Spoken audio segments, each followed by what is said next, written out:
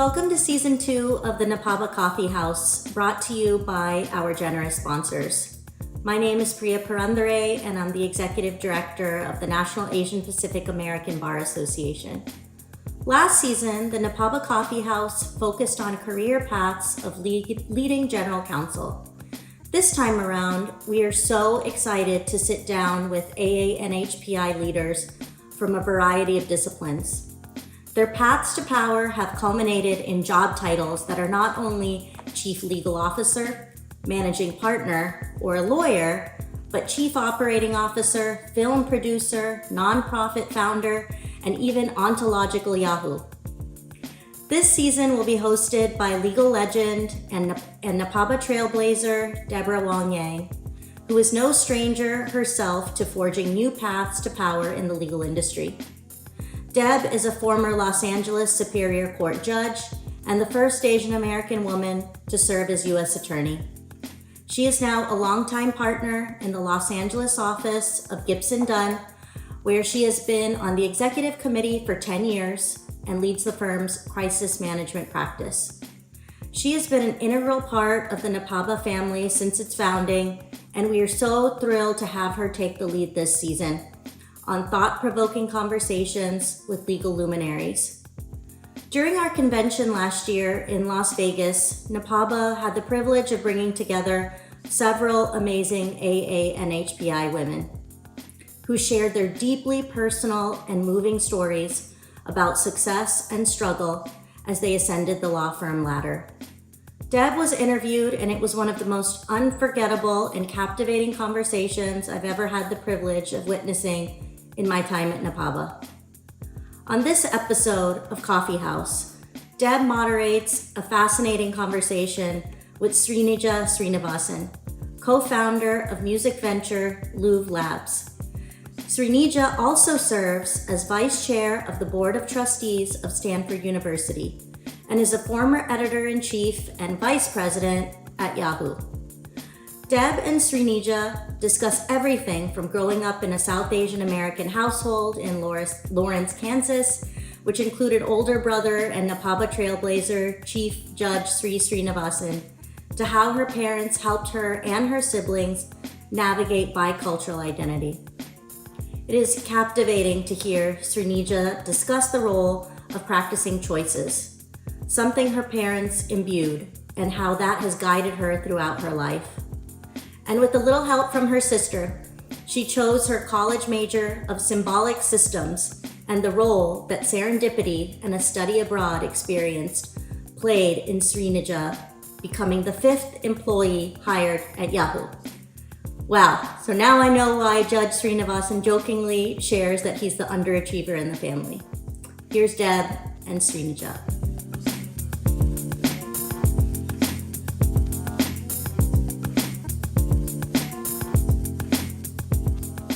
Srinija, welcome. It's an absolute honor to have you here with us today. As you know, this season of NAPABA's Coffee House podcast is all about looking at and exploring how Asian Americans have sort of ascended to positions of power. We're looking at it in various industries, and we're focusing in particular on how Asian American women have done and what ground we've covered and what ground we still need to cover. I'm really thrilled to have you here today because you've made history in your own field. You've really been a trailblazer. You've been at the forefront of an industry that has literally exploded since you first started out. And you were really sort of there at the very beginning of sort of the tech revolution, so to speak. And you've been a trailblazer for some time. And so I've seen, in looking at your background, how you've moved from different areas and interests. So we want to hear about that. But let's start a little bit back, way back when, right? I know that you've called yourself the accidental tech executive. Could you just talk about sort of your path and how you actually came to Yahoo, and when you first started? Because I'm sure you're a very different person then than you are now, but it's probably a person that a lot of our listeners could relate to.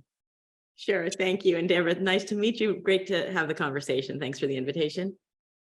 I came to Yahoo in the most circuitous way, which I think is fitting. It's, serving on the board of Stanford now, which we'll talk about later, this bastion of a liberal arts institution. It's a beautiful liberal arts story because I didn't have an idea of what I wanted to be when I grew up. And I had the luxury of parents who gave me the freedom to pursue my interests in college. And I just assumed, like a good Indian girl, I would go on to graduate school to determine my career.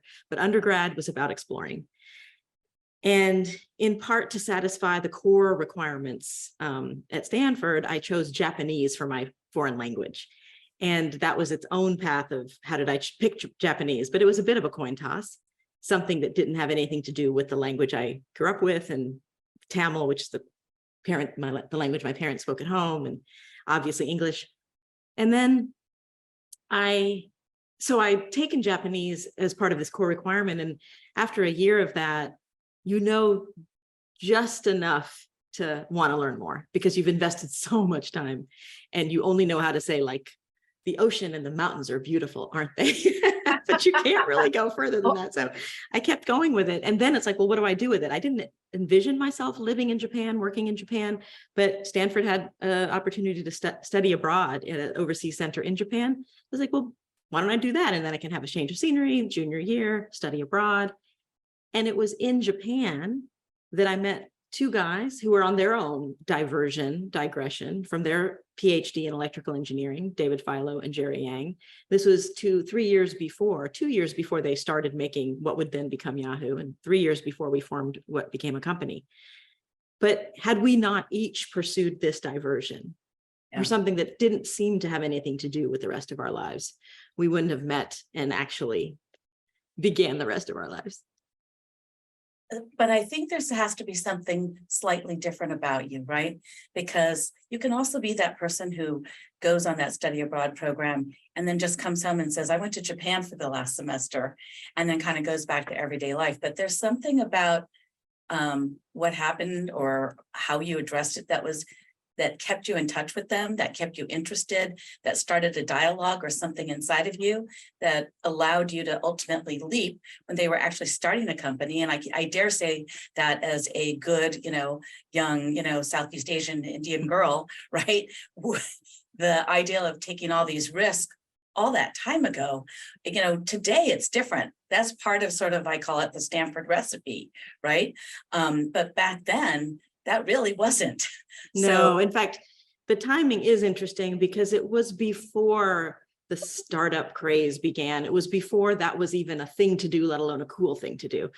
But it definitely was forged in the unique trust that's built when you're around the world together on the other side of the planet and trying to find your way in unfamiliar territory with a group of kindred spirits. And so the friendship that we forged in Japan was absolutely an essential foundation to go and take this leap together, certainly for me. And to explain it to anyone else, starting with my family, that I don't know what this is, but I know these two people. And it, of course, also mattered that we had some shared interests. So it wasn't just that we found ourselves in Japan, but as electrical engineering PhD candidates, and then these two guys that just became enamored with the nascent World Wide Web when the first browser came out. It was actually in their temporary trailer on Stanford's campus that I first saw Mosaic, the first browser, and they showed it to me. And they were like, oh, you got to see this. It's so cool. And then I watched as I left, I graduated, I left Stanford, and I joined this artificial intelligence project as my first job out of college. And I watched them start this fledgling hobby called Yahoo. It was never a thought in my mind to join them, but I was sort of seeing that happen. And it was them who connected the dots for me, that they knew I had joined this artificial intelligence project. I had studied AI in college. Jerry and I had worked in Fujitsu's AI lab together in the summer that we were abroad together those few years before. And it was in the AI project where we were building this machine to have all of human common sense knowledge. That was the goal of the so-called Psych project. It was one of these leading basic research efforts in AI in the 1900s. Yeah. And Jerry and David knew about that work, And they saw the parallels between this AI project building a machine to have human common sense knowledge, which was really just this huge heterogeneous database full of information about all kinds of things, with certain kinds of rules about how those things stitch together. And they were building this huge heterogeneous database of websites and linking them together in ways that they wanted to be of use. And they thought that I might have something to offer around the structure and the architecture of that database and sort of figuring out what it was going to be when it grew up. They asked if I wanted to join them in this initial development team of 5 people that they had envisioned to sort of pick up where they left off on this product, this searchable directory of websites that they had been building manually, site by site, in a trailer on campus, supposed to be working on their PhD dissertations. And I said, oh, no, I don't know what you're talking about, but I'll help you find someone qualified. And I actually tried. I thought, who would be qualified? And then the great thing about being 23 is you're just dumb enough to think, well, I don't know how to do it, but I don't know who can do it. So why not me? Why not? That's exactly right. And you know what? It's such a, it's such a story that we hear now, right? Because there's so much going on in the tech world and there's so much innovation, right? But you're really, really at the beginnings of it, right? And it's like, so now if you're starting a company, you can look back and you can say, oh, look what happened with Facebook, look what happened with Yahoo. But you guys didn't have that. And I actually wanted to ask you, so like when you're in that moment, you're at a zeitgeist of something that's about to explode, but it doesn't feel that way. When you're just in there and the coders are coding and, you're in some grungy space and, and your parents are asking you when you're going to get a real job. There's a sort of a lot to kind of put up with, but at what point did it start to feel like, oh, this is like, might be something, and even the something isn't what you even imagined, I would think. The something was never what I could have imagined. There was, it was not subtle though, that something was happening. Like, it was a very early, but fast developing time. And the competitive landscape, you knew that you were in a small bubble, but you could see just how much activity was in that bubble and the pace of things. So that, even in the first year of our existence, I think we doubled in staff every, it felt like we doubled every month. It was this exponential growth of people, and I'm sure that's exaggerating it, but maybe not much. And even in the relatively early days, you think back, so this was 1995. And what's critical is Netscape existed. That's why we had a browser that was in sort of somewhat of more mass usage. More people were beginning to get hip to the World Wide Web, but they hadn't yet gone public. So when we incorporated maybe like April, May, Netscape went public that fall. That's a very small 6-month window. And in that 6 months, there was sort of this BCAD of the internet market and just sort of juggernaut as we know it now in hindsight, where when Netscape went public, that was a moment in the financial markets that really started a kind of global phenomenon and attention and a really incredible rapid influx of money, and concentration of attention and then power and things like that. So the pace of change was enough that it wasn't subtle that something's happening. There was also just media attention that you just sort of know, okay, yeah, people are interested. But what I can say is certainly didn't know that going in. So this all happened fast.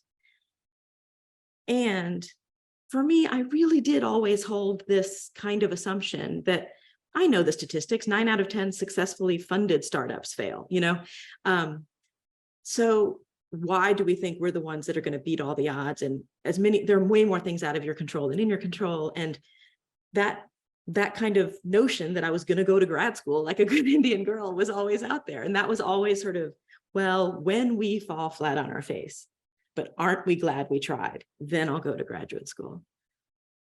Yeah, no, I think that's a really apt thing, is that what's your backup, right? And you kind of revert back to yourself.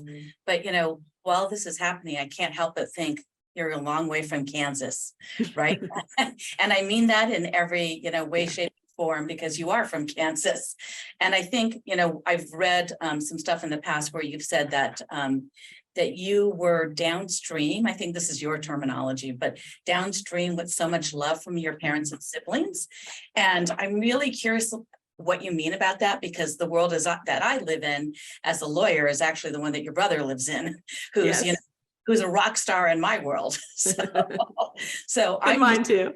Yeah. Well, so it gives me a little bit of insight. So it's like, I'm also a former judge. So it's like, I get that. And that was, you know, I mean, he's just amazing. So, you know, I want to know, like, what is it? What were you references in the first 3 sentences, something about your parents and the way they parented. And I want to hear about that, because I think the listeners would be really curious to hear about that. Yeah, and there's nothing I like talking more about than my family. And I say I was born downstream of so much love because that's really my experience. And I recognize the older I get how rare that is. And I see, and I don't always know, how can I share that? How can I make that of use? And I tell people, if you aren't the youngest child, next time around, strongly consider being the youngest child. It's a really good gig. I kind of won the womb lottery, and it includes my siblings. My brother's the eldest. I have a middle child, my sister, who lives near me in California.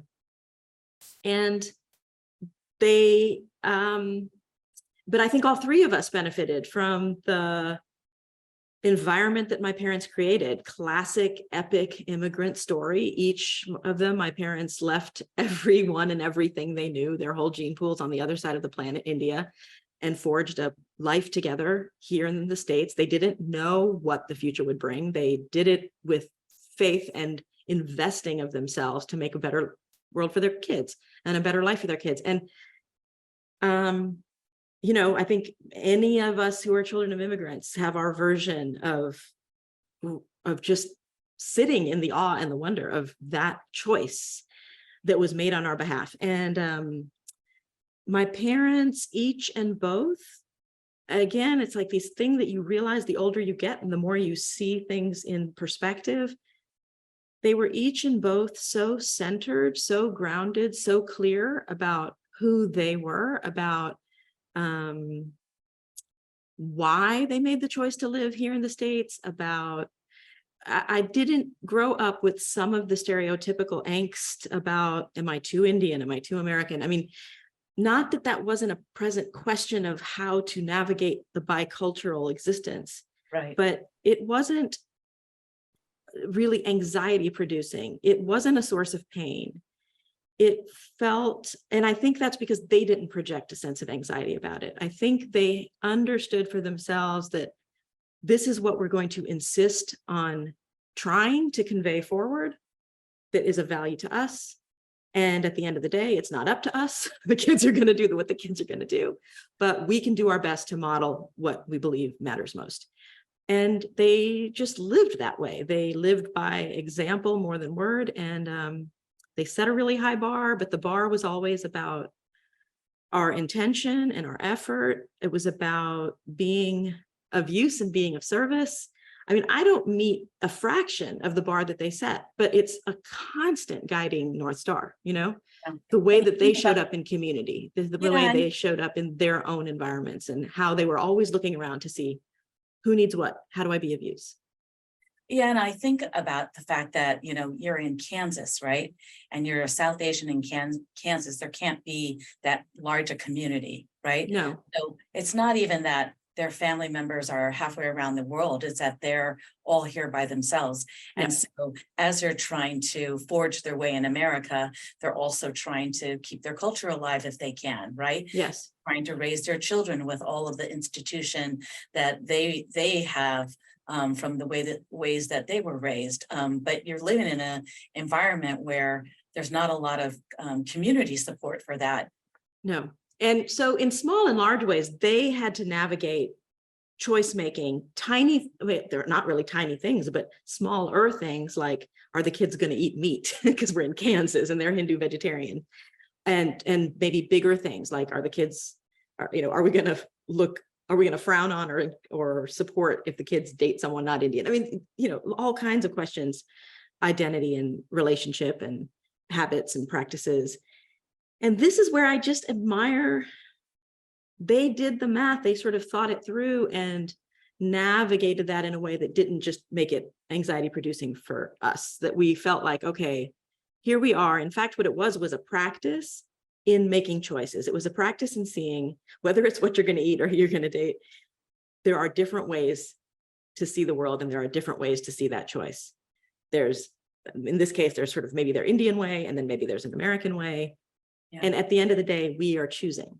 And I found that to be such a profound lesson now that when I go back and forth between Brooklyn and Palo Alto, as I straddle these coasts, and I live in both places now for 17 years, that's a mini version of this great contrast. There are different ways to be. There's not a normal. There's a Palo Alto normal, and there's a Brooklyn normal, and even those are, pluralistic. But at the end of the day, there's just my choice. And it keeps me fresh and awake to what am I choosing versus what am I following? And I feel like they laid the groundwork from that with how they navigated bicultural life. And the other thing I'd say is, being South Asian in Kansas, yes, I didn't have any peers my age. Maybe there was one other guy in my class who was Indian American. And then I think nobody in the one class above, so it was sparse. Yeah. But we were lucky to live in a university town. So there was at least the basis of an Indian community. There was a place to go for a Diwali party, but there was no temple within driving distance, So most of the kind of Hindu upbringing, the sort of Indianness, pretty much all of that happened at home. And there was a bifurcation. I think I now come to see that this was a common experience of immigrant families of my vintage, that there was the bifurcation of like, there's your Indian life and there's your American life, and you integrate them in yourself, but your American friends don't know about this thing. And your Indian folks don't know about how school goes, Yeah, no, I know exactly what you mean, because I grew up in Chinatown in Los Angeles, and my mother used to pack me this thing called a chasil bao, which is a pork bun for my lunch. And I remember, I just thought that was normal. I thought everybody had a chasil bao for lunch. So, there are moments where you have that cultural crossover, and, as the one who's living that life, you're sort of a little in shock and aghast about what that is. And you just learn to navigate that. And you learn all those things in contrast by seeing what other people are doing and what's in their lunchbox. And the other thing I think that has become so important to me now, later in life, that I couldn't have fully understood at a young age was just the Hindu cosmology that was the water I was swimming in. It wasn't as if my parents sat us down and sort of taught us anything religious in a pedagogical way or in an explicit way. They lived a certain way, and it came out, in the stories and in the ways that they went about life. And in the Hindu cosmology, the divine is in me as it is in you and as it is in everyone. And Lawrence, Kansas is, I think by self-identification, quite a secular town. It's a college town. It's sort of a relatively progressive liberal oasis in a conservative state. But my experience that I didn't have words for at that time is, it doesn't think it's Christian, but it's de facto Christian. It's in the middle of Midwestern American Christian country of the 20th century. And that's a specific thing. And so there were assumptions, unstated, I think unrecognized, about just if you believe in something bigger than this bag of bones, then it's out there. God is perfect out there. Man is imperfect in, here. And the notions of sin and salvation and heaven and hell, like, my 5-year-old and 10-year-old self was sort of trying to navigate through all that and thinking, but if you have a choice, since we have a choice, since we don't know how it actually works, don't I feel better about myself? And don't I feel better about you when I think the divine is in us? Yeah. So there are some really profound, deep precepts that just go to sort of east and west that now I find really worth mining and worth surfacing, because I feel like the world today might be ready to bring some of these things together.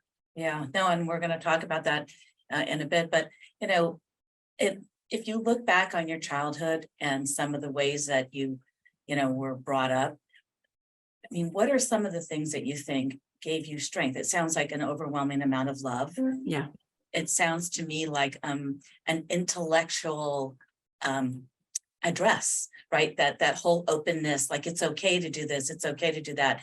And that faith and confidence in the children that at some point you're going to make these choices on your own because, we've given you all that we can and you're going to go off and live your life. So there's, even in that, there's some independence, that I think it sounds like they recognize. But are there other things? Because, I know that when I talk to women with, and men with young children, they're always trying to figure out how they want to raise their kids and what kinds of things really sort of resonate and help give those kids tools for when they're young adults. So I'm just wondering, upon reflection, what you would think about that. I mean, a few of the biggest values that came through just crystal clear again and again and again from my family were first family, just the idea that family that's a thing, that it matters, that it's central, that it's a priority, that it's, we're 3 kids and we're going to have the fights the kids have. But if we were really fighting, it was like, that wasn't okay. Like, you will get along with each other, because if you can't get along with each other, how will you get along with anyone else? I mean, so to instill that early, like, this is not a choice. This is the practice. This is where we figure out how to get along with others. And then the gift of that is that as an adult, I have adult friendships with my siblings. Yes. That is a gift no one told me about. I didn't know that we get to grow up and have these different kinds of relationships together, because it was started to be forged there. So family, education, I mean, learning. My mom is a polymath. She is still a model of lifelong learning. My dad was a mathematician and deeply intellectual and deeply curious, and always, reading the newspaper cover to cover every morning, just staying involved in the news and the politics of the day. And they were always sort of nurturing our curiosity, finding classes and stuff to take and things to learn. And it didn't matter what you end up doing, but do it with interest, right? So find that. So family, learning, and I think some way of service. I mean, be useful. Look around. Who needs something? Don't wait to be asked, I think those were the big ones. And it was so much more that they modeled it than that they said it. Yeah. I find the service part of it, as I get older, to be so rewarding. It really is the piece where if you've been fortunate enough and you're educated enough, and you're sort of out of the woods of whatever it is, that being able to give back is so like deeply meaningful. Yes. And to even know what that means, you have to pay attention to what's happening, who's in my midst, how do things work? You have to sort of develop a bit of a peripheral vision beyond yourself. So it's almost like the preconditions for being in service makes life so much bigger and so much more interesting. And then the outcropping is then you can be of use, which is unbelievably gratifying. Right. And also it keeps you young, because you learn as you're doing that, you're getting involved in lots of other things. But I wanted to step back for a second, because you were a big thinker even as a young woman. I know that you got involved in AI, which is now like the buzz. But you were doing this, I think, before you even went to Yahoo. That's right. And so, I'd read about one of your early efforts, which was psych, but how did you even land there? And how did you get to that? And then I'm going to ask you about, what you think about where we're headed. But I want to just understand that, because I feel like we were all 25 years after you. Well, it was around freshman year at Stanford when, you start to think about, what do you want to major in? And when my dad asked me that question in the living room of my childhood house in Lawrence, Kansas, and my sister overheard the conversation as it was unfolding, my sister, who was a few years ahead of me, and so was already at Stanford a few years. And I was sort of hemming and hawing and like, I don't know, Dad, I never did know what I wanted to be when I grew up. I still don't know. I just liked lots of different things. And the idea of pinning down to one felt limiting, right? I didn't want to close the door to all the other things. And I said, linguistics is really interesting to me because I love languages. I love language and I love languages. but I don't know what I would do with that. Computer science is interesting because I've watched my mom in midlife turn from art history, from Sanskrit, her first master's degree, to art history, her second one, and then start to dabble in computer science in midlife. And this was back in the 1900s, in the days of mainframes, where, you know, the printer is on a different floor than the than the system. And but I thought it was neat. It was fun to see the machinery and what she was up to. But I didn't want to just sort of go through a computer science degree where I learned computer language after computer language, and then those were all obsolete and I had to go out in the world and learn more languages, you know. And I was like, well, what if I combined computer science and linguistics to think about how languages are made? Like, what does that mean? And my sister said, she said something so profound. She said, you know, you should look at symbolic systems, which was a brand new interdisciplinary major at Stanford that did combine computer science, linguistics, and philosophy, and logic, and a little bit of cognitive psychology. And it was because of that interest, but she said something so important next. She said, you should think about symbolic systems because you'd really love the people in symbolic systems. It wasn't because, oh, you rush to get Games magazine in the mail and you go to the logic puzzle page. Although that helps. She said, because you like the people in symbolic systems. And I thought, oh, that's a different lens on how to pick a major. Who instead of what?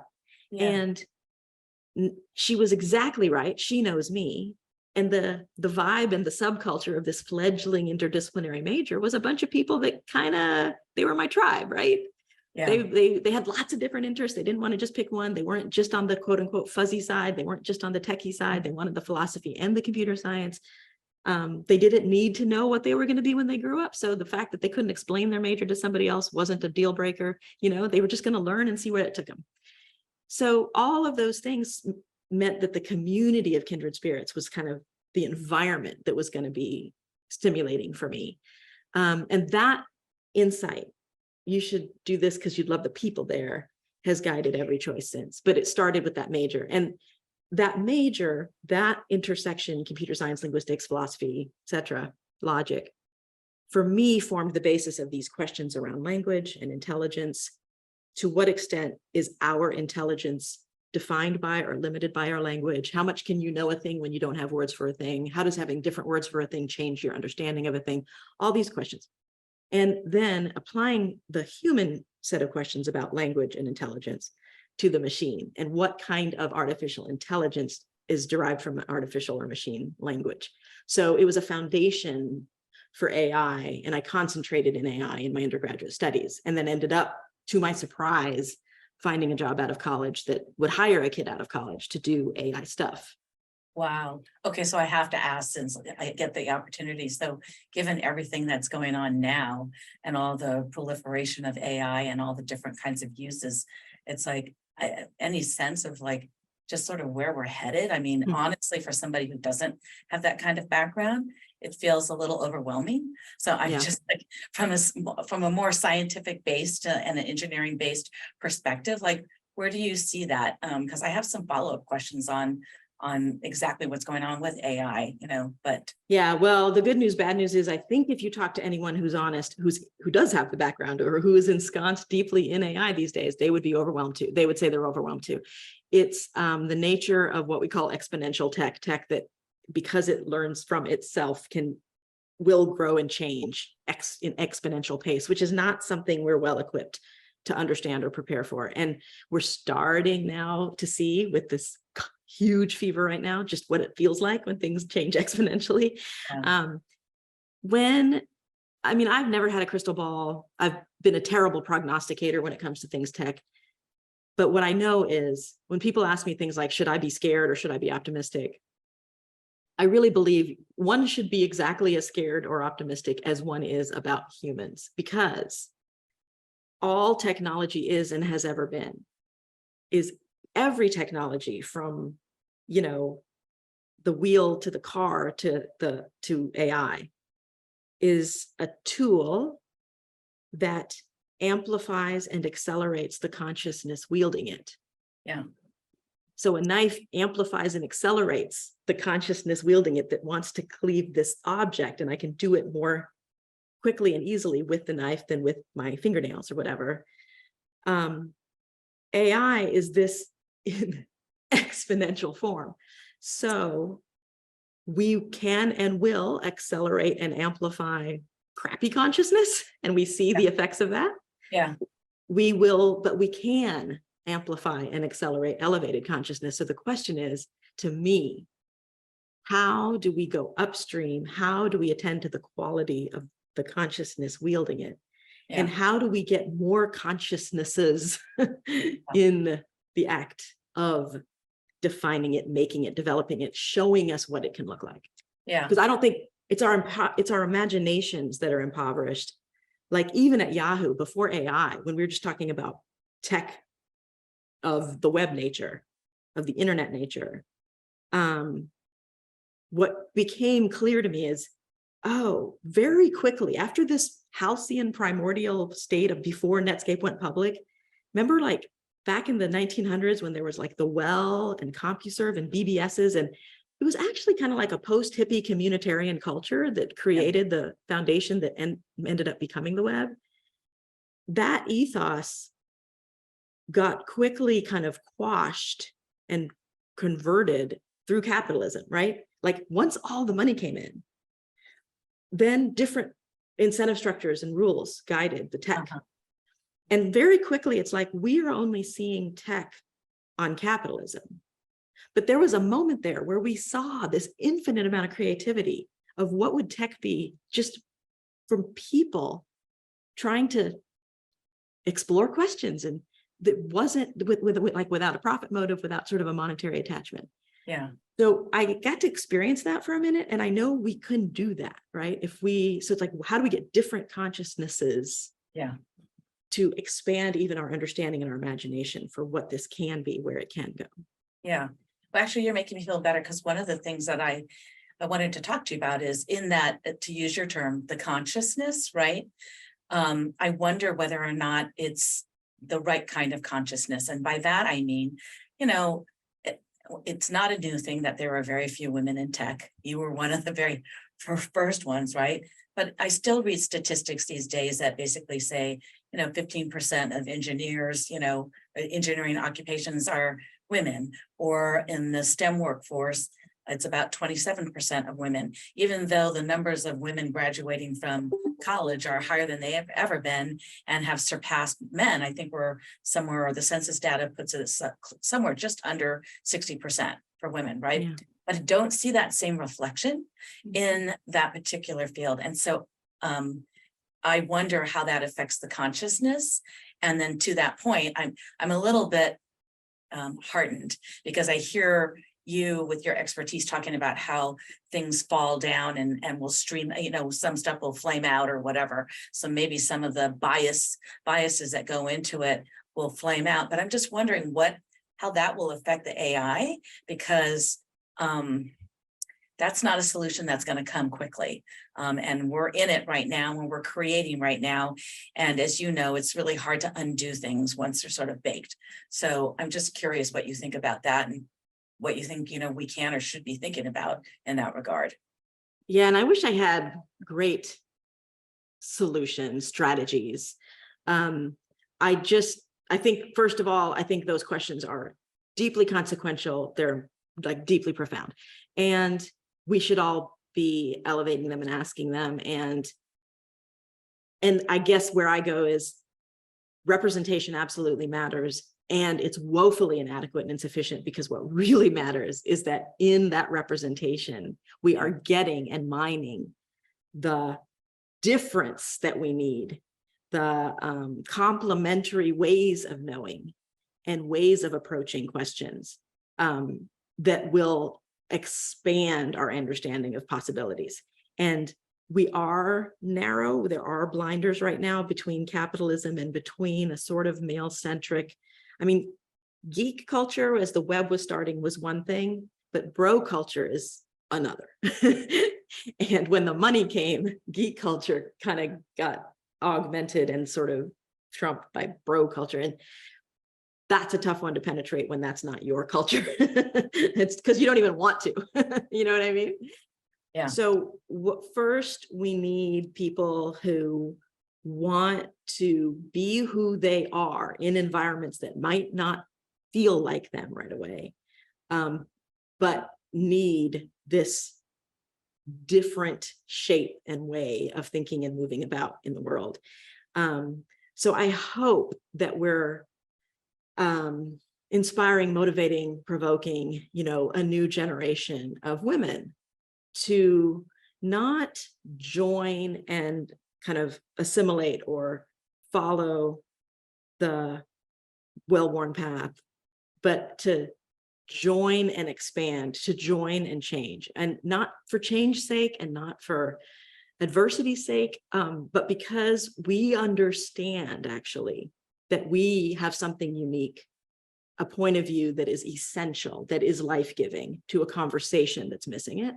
Yeah. I think if we come with that feeling that we know what we have to bring, instead of we should be at the table, that stance of understanding and service can be met with reception. The stance of I should be here is a very different energy, right? Yeah.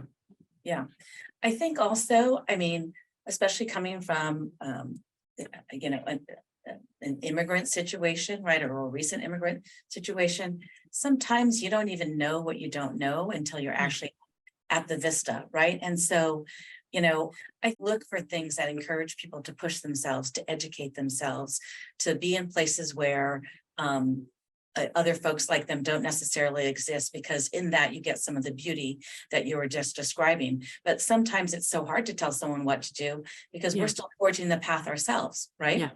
And Yeah. so all I can say is just like keep going, because when you get up to that vista, you'll have a better vision of what it is that you can do, or that the opportunities that you may have that you couldn't see before because you just didn't have that vista. Yes, and I totally agree with that. And I think I really agree with, it's just not for me to tell somebody else, right, you should do this thing that feels like it goes against some grain. What I can do, though, is express over and over again that feeling of fitting in or that feeling of belonging isn't necessarily the right criteria for what is actually going to help you become the person you want to be. Yeah. And you're the only one who's going to know the difference between the place where it's different in a bad way and where it's different in an expansive way, where it's different in a limiting way and where it's different in an expansive way. But difference by itself is probably a generative thing, not a limiting thing. That nobody ever said, I really kind of always belonged. Yeah. I mean, I think that it's like, what was I saying to somebody? That you can't really even know what it is that you want if you haven't really tasted it, right? And so there's a little bit of like just trying to figure out how many different things you can taste. It's probably a version of your intellectual curiosity. And that means going through a lot of things that you don't like, and that's great. It's all great. There are no mistakes. There's no that, being in the quote unquote wrong place is now grist for the mill. Now I know another thing that's not my thing. This is, if I'm kind of honing my divining rod, all of those are really useful input. So try the thing. I think my parents, back to the way my parents were like, try the jazz class, try the tap dance class, try the calligraphy class, just see. Yeah. Well, I call myself somebody who has career ADD because I'm all over the place, but in that it's that same thing of like, I just want to taste things because, I've just never been exposed to them. And so they seem so fascinating to me. Okay. So let me talk to you a little bit as we get towards the end here about some of the things that you like creating. I heard you say thing about symbolic systems is that you found people that were like you, but you also found a place where you get to marry up things that don't necessarily marry up. And I know that you've been involved in two things at this stage of your life. One is this company called Loove, right? And I want you to sort of describe that and talk to us about that, because I'm really curious about Loove because it seems like it's marrying up music and technology and commerce, and I don't know how you came up with those three. Anyway, let's talk about that for just a moment. I'd love to. This is my labor of love. It's been going on for years. My co-founder and best friend, Josh Roseman, who's a lifelong composer, band leader, musician, trombone player, and sort of he's always been on the vanguard of the avant-garde in New York City in his adult life. And we became friends in the early 2000s. And that's when we first got to know each other. And coming from quite different backgrounds or life experiences, or certainly work experiences, we just really connected at the level of values and questions.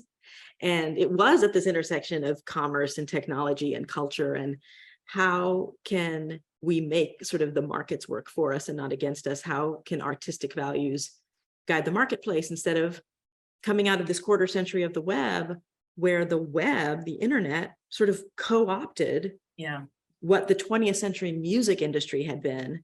It had its own problems, but it also had its own beauties. You know, we got the Beatles and Miles Davis and Bob Dylan. It was a pretty good century for music, for all of the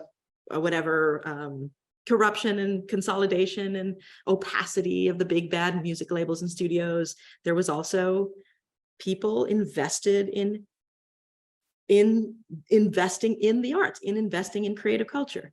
And when the web took that over, it wasn't about investing in creative culture. We claimed to be cutting out the middleman and disintermediating, but we were actually replacing the music industry with the data trading industry, that wasn't an upgrade as far as culture goes. So I think the web and the internet has brought us extraordinary things, but I don't think it should take over everything. And this is a place where, how do we bring musical values, cultural values, artistic values back in to lead it, instead of let the market values dictate what music and culture we get? How do you actually accomplish that through Loove? I mean, like, it's expansive and ambitious, and it is a continued, it's always aspirational, but we have bricks and mortar in New York, music studio, which can double as a small venue, but certainly virtual venue to stream out of now in a more virtual world, especially post-COVID.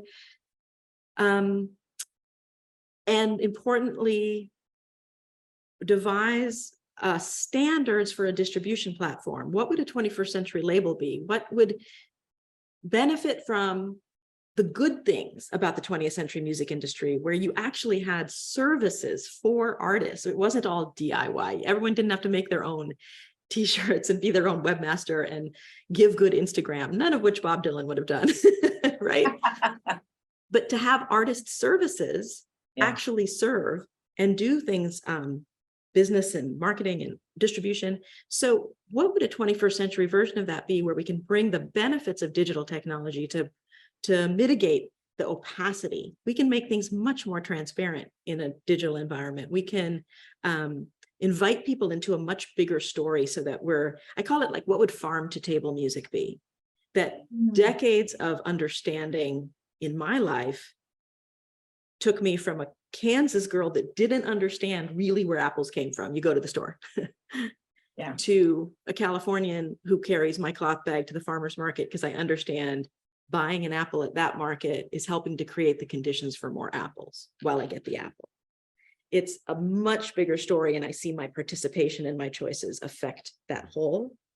What would farm to table music be is, we have production, the studio, presentation, the venue, distribution, label, and that's the three-legged stool for the ecosystem of music. And how do we invite people to participate in a much bigger story, to invest in the conditions that keeps that going, as opposed to like, how do I get more stuff for free while some Geico ads come on, you know?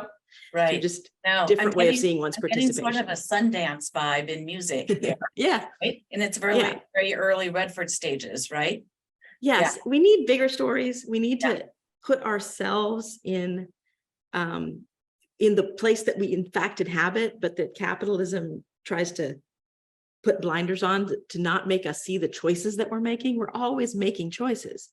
We need to sort of expose those choices and give each of us the agency to opt in or not. This might not be for everyone. Some people might want to get free stuff online, but I think that there is a critical mass of people, just there is in the farmers markets. There's a critical mass of people that this aligns with how they want to be in the world, and it makes them bigger because they're participating in something bigger than themselves. Well, and also the fact that you're creating it and there's actually a place for them to go.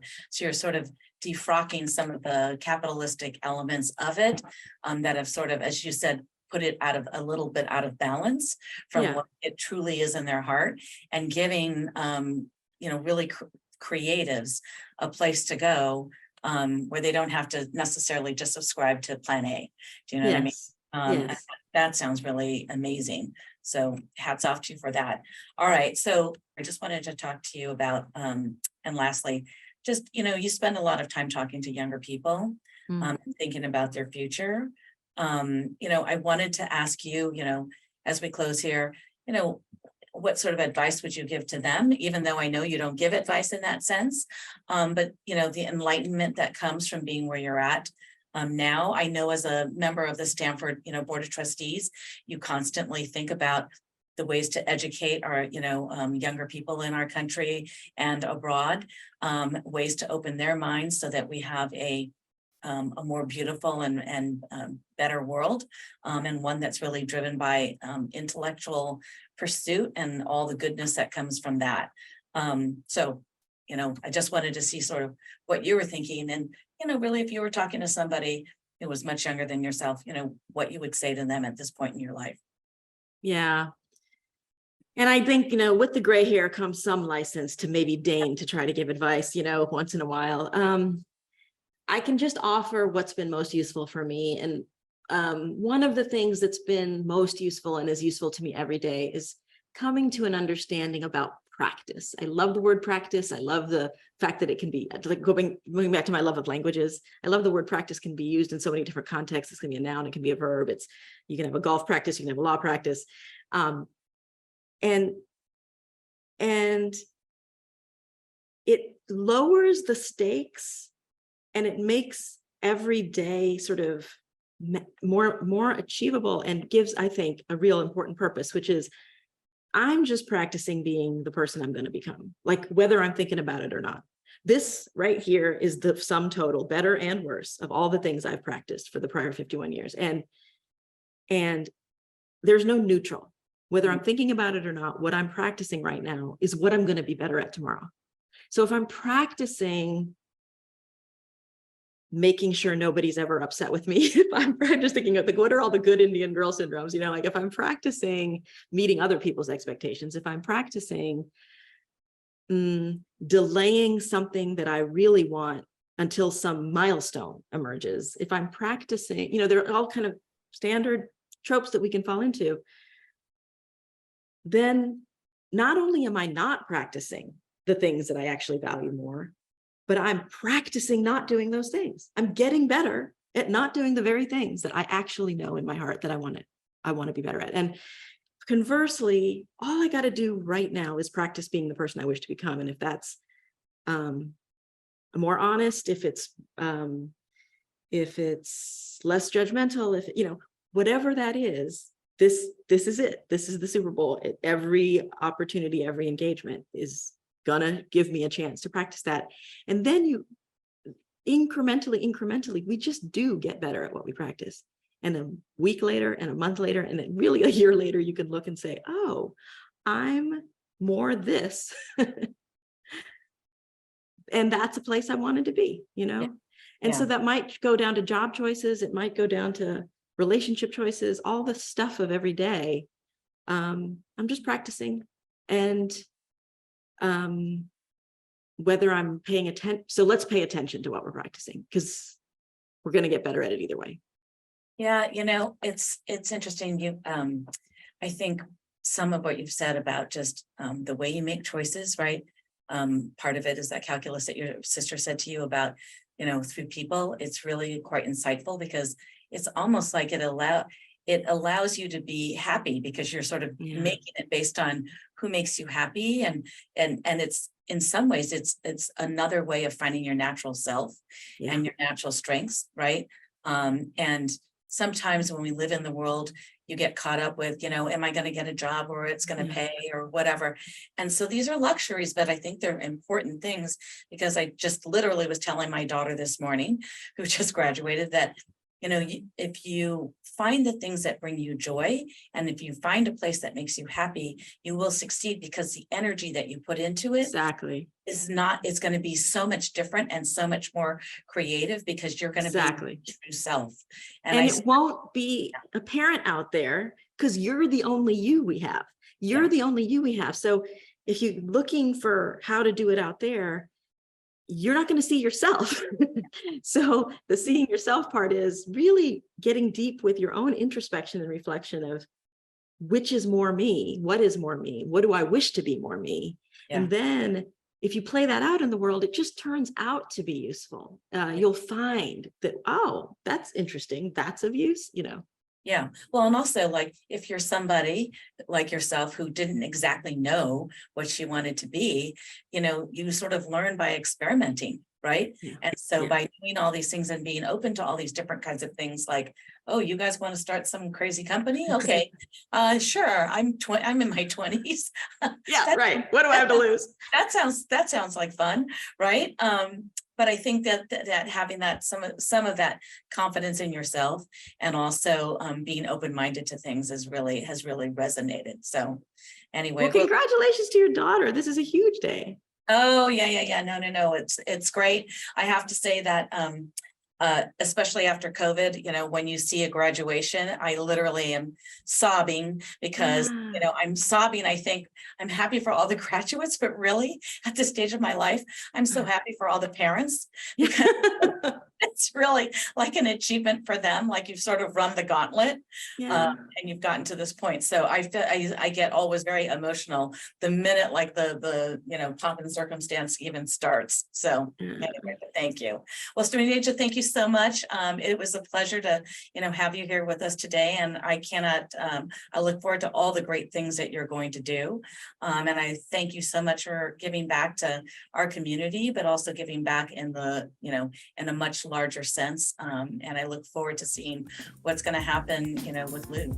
So, Deborah, thanks very much for the conversation. I enjoyed it a lot. Great. Thank you.